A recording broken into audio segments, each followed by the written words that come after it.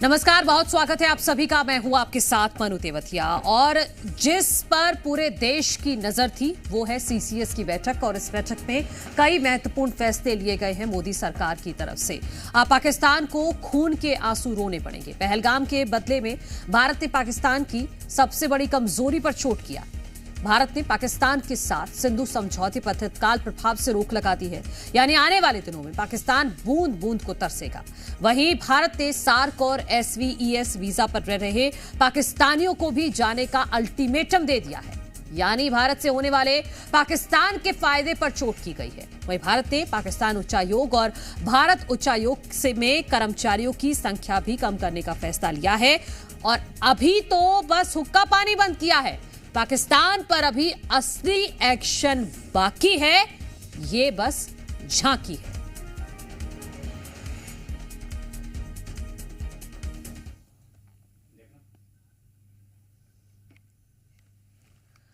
तो पाकिस्तान पर यह कूटनीतिक प्रहार किया गया है भारत की तरफ से। 5 बड़े फैसले लिए गए हैं। पाक नागरिकों के दोनों तरह के वीजा रद्द कर दिए गए हैं, और इसके साथ साथ अटारी बॉर्डर को पूरी तरह से बंद कर दिया गया है। जो पाकिस्तानी अभी भारत में हैं उनको 1 मई तक का अल्टीमेटम दिया गया है कि उनको वापस जाना होगा। सिंधु जल समझौता फिलहाल रोक दिया गया है, यानी कि अब पाकिस्तान पानी के लिए भी तरसेगा। The integrated checkpost Atari will be closed with immediate effect. Those who have crossed over with valid endorsements may return through that route before 1 May 2025. 3. Pakistani nationals will not be permitted to travel to India under the SARC visa exemption scheme visas. Any SVES visas issued in the past to Pakistani nationals are deemed cancelled. Any Pakistani national currently in India under SVES visa has 48 hours to leave India. 4. The defense, military, naval and air advisors in the Pakistani High Commission in New Delhi are declared persona non grata. They have a week to leave India. India will be withdrawing its own defense, navy and air advisors from the Indian High Commission in Islamabad. These posts in the respective High Commissions are deemed annulled. 5 support staff of the service advisors will also be withdrawn from both High Commissions. 5. The overall strength of the High Commissions will be brought down to 30 from the present 55 through further reductions to be effected by 1st May 2025.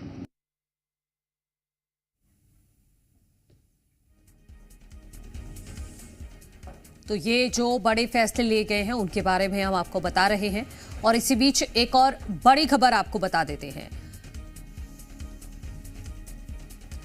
Pakistan के शीर्ष राजनयिक तलब, भारत ने दिल्ली में किया तलब। साद अहमद वराइच को तलब किया गया है। पहलगाम हमले के बाद यह एक्शन लिया गया है। तय समय में देश छोड़ने को कहा गया है।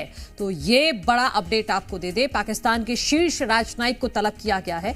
भारत ने दिल्ली में तलब किया है। साद अहमद वराइच को तलब किया गया है, और पहलगाम हमले के बाद यह बड़ा एक्शन लिया गया है। तय समय में देश छोड़ने को कहा गया है।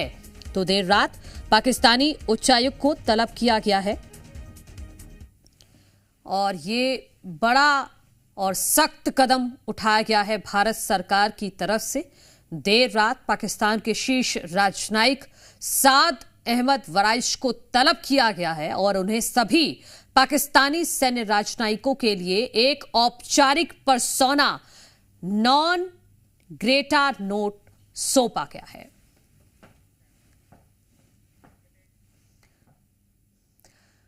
वहीं पहलगाम हमले में दर्ज हुई FIR, UAPA की धारा 16, 18, 20 के तहत FIR दर्ज की गई है। आर्म्स एक्ट की धारा 7, 27 और BNS की धारा 7, 61, 103 और 109 में भी FIR जोड़ी गई है। प्रतिनिधि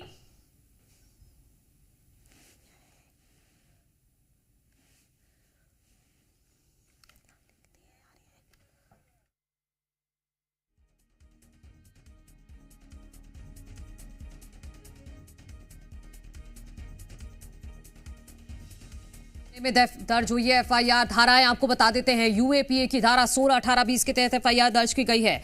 आर्म्स एक्ट की धारा 7, 27 और बीएनएस की धारा 7, 61, 103 और 109 में भी एफआईआर में ये धारा भी जोड़ी गई है।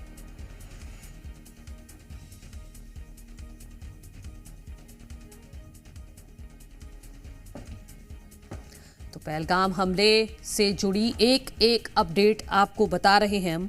जिस तरह से भारत ने राजनीतिक, आर्थिक और कूटनीतिक मोर्चे पर पाकिस्तान को एक बड़ी चोट दी है और साथ ही साथ अब इस पहलगाम हमले के बाद एफआईआर भी दर्ज हुई है। और इस वक्त हमारे साथ दिल्ली से शिवम प्रताप सिंह और जम्मू कश्मीर से खालिद हुसैन और साथ ही साथ अटारी बॉर्डर से परमवीर हमारे साथ जुड़ गए हैं। शिवम, पहले मैं आपके पास आना चाहूंगी। 5 बड़े फैसले जिससे राजनीतिक तौर पर, आर्थिक तौर पर और कूटनीतिक तौर पर पाकिस्तान को एक बड़ी चोट लगी है और देर रात पाकिस्तानी उच्चायोग को भी तलब किया गया है।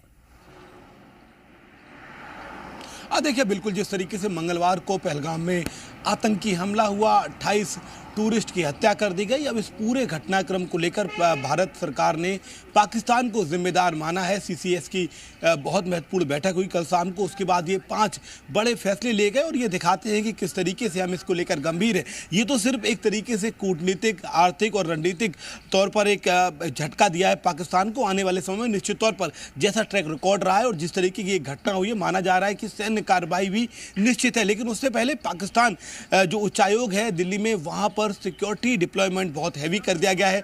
जो पूरा इलाका है उसको कॉर्डन ऑफ कर दिया गया है। पैरामिलिट्री फोर्स और दिल्ली पुलिस के तमाम जवानों को वहां तैनात किया गया है। आलम यह है कि गाड़ियां और लोगों को तो छोड़िए, जो लोग मॉर्निंग वॉक में वॉक करने आते हैं, चूंकि चाणकपुरी ऐसा इलाका है, यहाँ तमाम एम्बेसी है, उच्चायोग हैं, तो बाहर के लोग भी रहते हैं। मॉर्निंग वॉक को लेकर एक बहुत ही फेवरेबल कंडीशन रहती है। दिल्ली के सबसे पॉश इलाकों में से एक है, तो यहाँ पर लोग आमतौर पर मॉर्निंग वॉक को जाते हैं। लेकिन जब हम वहाँ सुबह पहुंचे तो पहले मीडिया को भी वहाँ जो पुलिस के अधिकारी तैनात थे उन्होंने समझाया कि सर ऊपर से आदेश है कि सिक्योरिटी डिप्लॉयमेंट बहुत हैवी रखा जाए।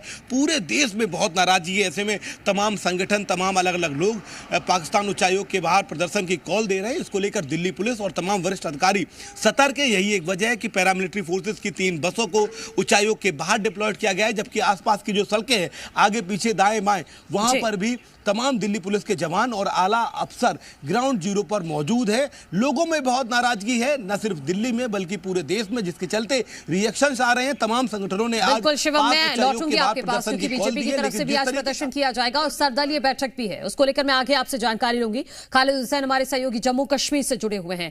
खालिद, किस तरह से सर्च ऑपरेशन चलाया जा रहा है? ग्राउंड जीरो पर फिलहाल आज के दिन क्या हालात है? देखिए, अगर हम बात करें तो इस पूरे हमले ने जो है जम्मू कश्मीर नहीं बल्कि पूरे देश को झंझोड़ के रखा है और एक गुस्से की लहर जो है पूरे देश में, जम्मू कश्मीर में हमले के बाद से ही देखने को मिल रही है। आज भी पहलगाम में अगर हम बात करें तो बाइसरन इलाका, जो जंगल इलाका है पीछे जो आपको दिख रहा है, वहाँ पर जो है यूएवी और ड्रोन से जो है सर्च ऑपरेशन चलाया जा रहा है। और अब जो लीड ली है वो इंडियन आर्मी के कमांडोज ने ली है और उनके साथ जम्मू कश्मीर पुलिस के स्पेशल ऑपरेशन ग्रुप, सीआरपीएफ के कमांडोज। और इसमें सबसे ज़्यादा जो महत्वपूर्ण चीज़ है वो ये है कि इसमें जो उपकरण है उसका इस्तेमाल किया जा रहा है। यूएवीज़ को प्रेस किया गया है, ड्रोन्स को प्रेस किया गया, उसके ज़रिए लगातार मूवमेंट्स को ट्रैक किया जा रहा है कि इन जंगलों में कहीं भी अगर मूवमेंट दिखती है तो तुरंत उन पर जो है पहुंच जाए और उन पर हमला किया जाए।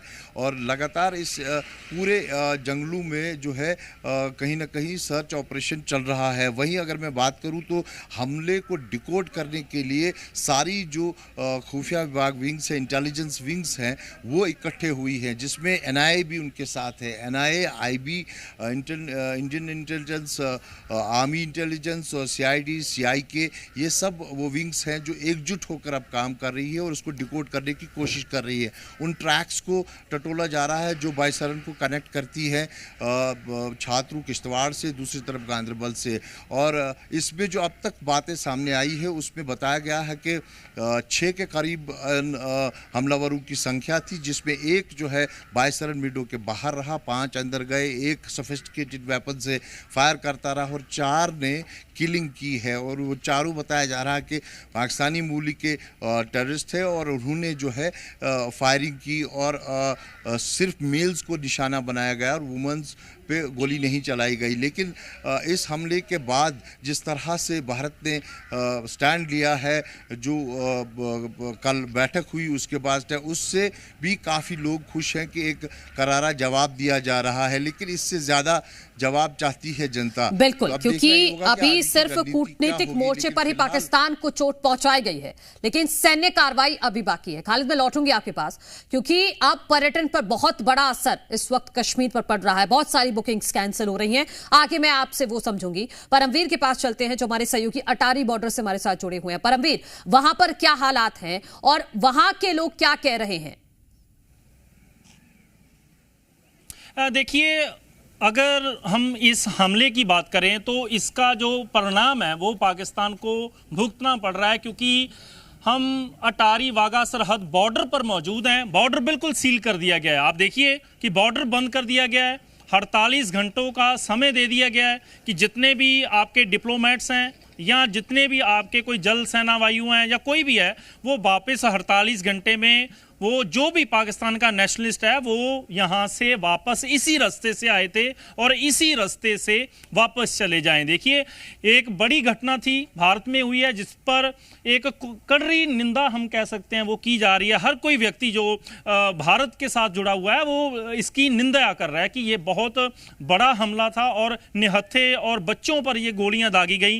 देखिए आप कैसे BSF यहाँ पर बिल्कुल बॉर्डर सील कर दिया गया है, किसी को अंदर जाने की आज्ञा नहीं है, बिल्कुल बॉर्डर सील है। और इसी के साथ जो इंडस वैली ट्रीट था उसको भी रद्द कर दिया गया है, जो कि 1960 में ये जो वैली का ट्रीट हुआ था, इंडस वैली का जो एक संधि हुई थी, उसको भी खारिज कर दिया। देखिए, सिर्फ BSF की गाड़ियां, आर्मी की गाड़ियां ही अंदर जा रही हैं और किसी को भी अंदर जाने की अनुमति नहीं है। बड़ी बात है, ये जो घटना हुई है ये इंसानियत पर हमला है। हम कह सकते हैं कि ये इंसानियत पर हमला है, क्योंकि वहाँ पर निहत्थे लोग थे, सैलानी थे, सैलानियों के ऊपर कैसे गोलियां दागी गई। आप देखिए, ये जो BSF है यहाँ पर बिल्कुल इन लोगों ने बिल्कुल सील कर दिया गया है और यहाँ पर ICP इंटीग्रेटेड चेक पोस्ट है। ये आप देख सकते हैं कि इधर भी बिल्कुल जो अफगानिस्तान के साथ जो हमारा व्यापार चल रहा है, भारत का व्यापार चल रहा है, वो अभी भी चल रहा है, वो उस पर अभी कोई फैसला नहीं आया। लेकिन जो कुली थे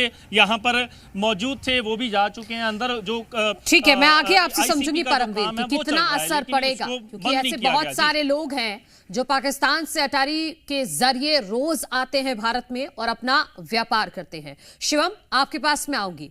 आज सर्वदलीय बैठक भी बुलाई गई है, इसमें क्या मुख्य तौर पर एजेंडा रहेगा? क्योंकि सबकी नजर बैठक पर इसलिए भी है क्योंकि सैन्य कार्रवाई अभी बाकी है।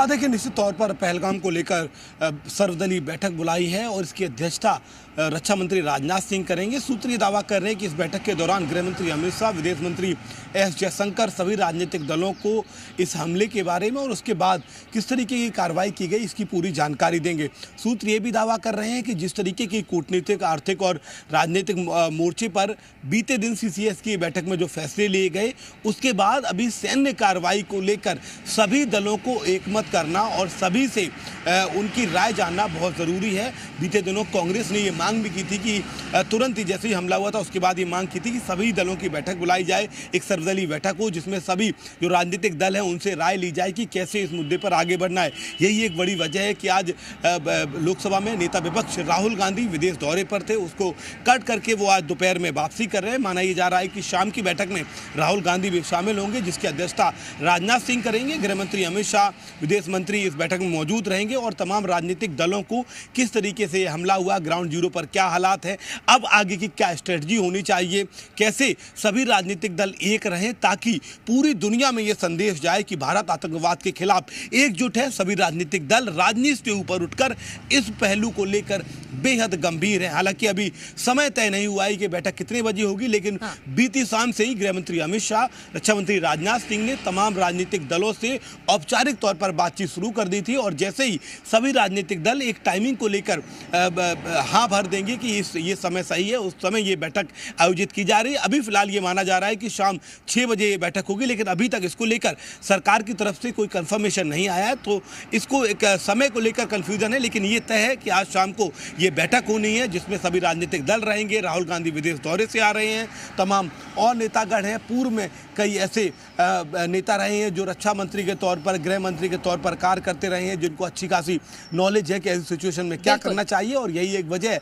कि सरकार समझती है कितना गंभीर ये हमला था। ऐसे में सभी राजनीतिक दलों को एक साथ लेकर आगे की सैन्य कार्रवाई की तैयारी करना और पूरी दुनिया को संदेश देना कि देश की है। शिवम, ये बेहद खालिद, मैं आपके पास आऊंगी, मैं पर्यटन पर असर पर बात करूं, लेकिन उससे पहले मैं चाहूंगी कि आप समझाइएगा कि बाइसरन घाटी में पहुंचने के क्या क्या रास्ते हैं। एक रास्ते के बारे में मुझे पता है, जो उबड़ खाबड़ रास्ता है जिसमें घोड़ों के जरिए ही आप पहुंच सकते हैं, लेकिन और क्या क्या कनेक्टिविटी है बाइसरन घाटी की?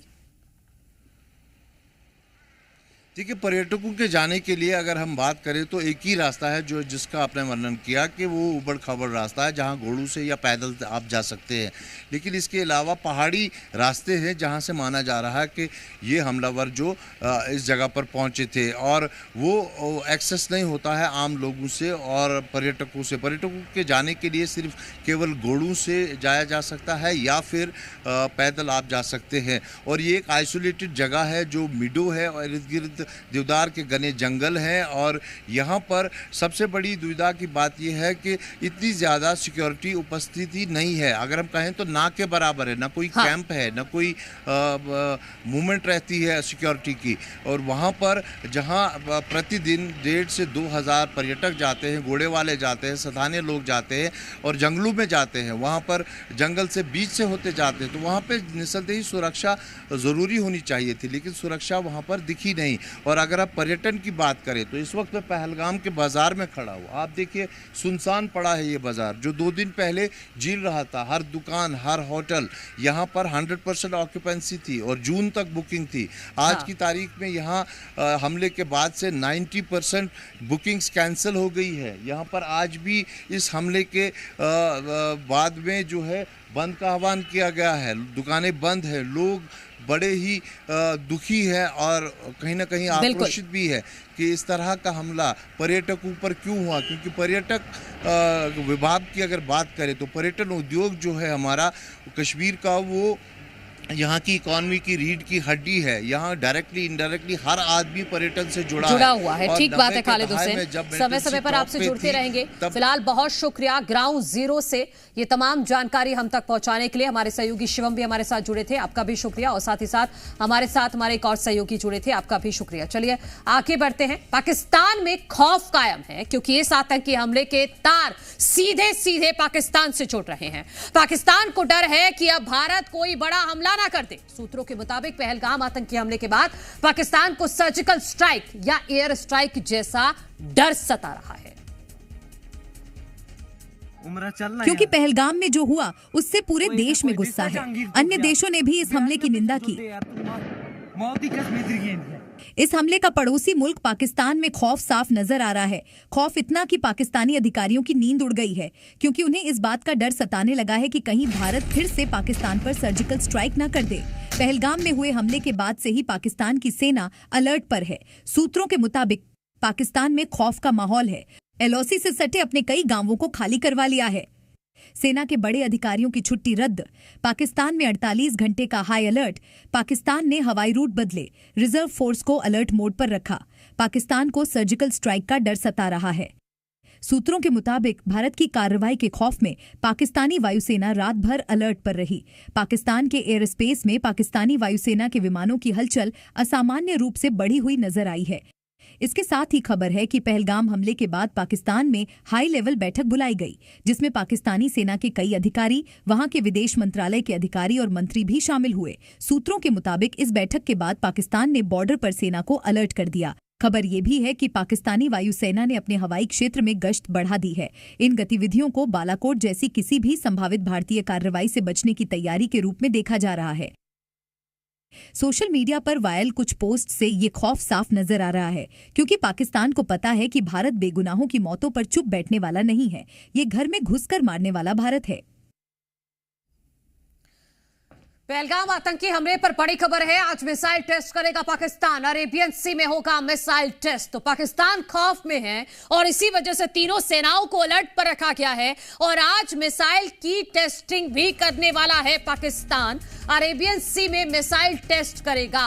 तो ये बड़ी खबर आपको बता रहे हैं। पाकिस्तान जो एक तरफ पूरी तरह से नकार रहा है कि इस आतंकी हमले से उसका कोई लेना देना नहीं है, दूसरी तरफ अपनी तैयारी कर रहा है। तीनों सेनाओं को अलर्ट पर रखा गया है। जो एलओसी के आसपास के गांव हैं उनको खाली करा लिया गया है और आज मिसाइल टेस्ट करेगा पाकिस्तान। ये भी खबर आ रही है। अरेबियन सी में पाकिस्तान आज मिसाइल टेस्ट करने वाला है।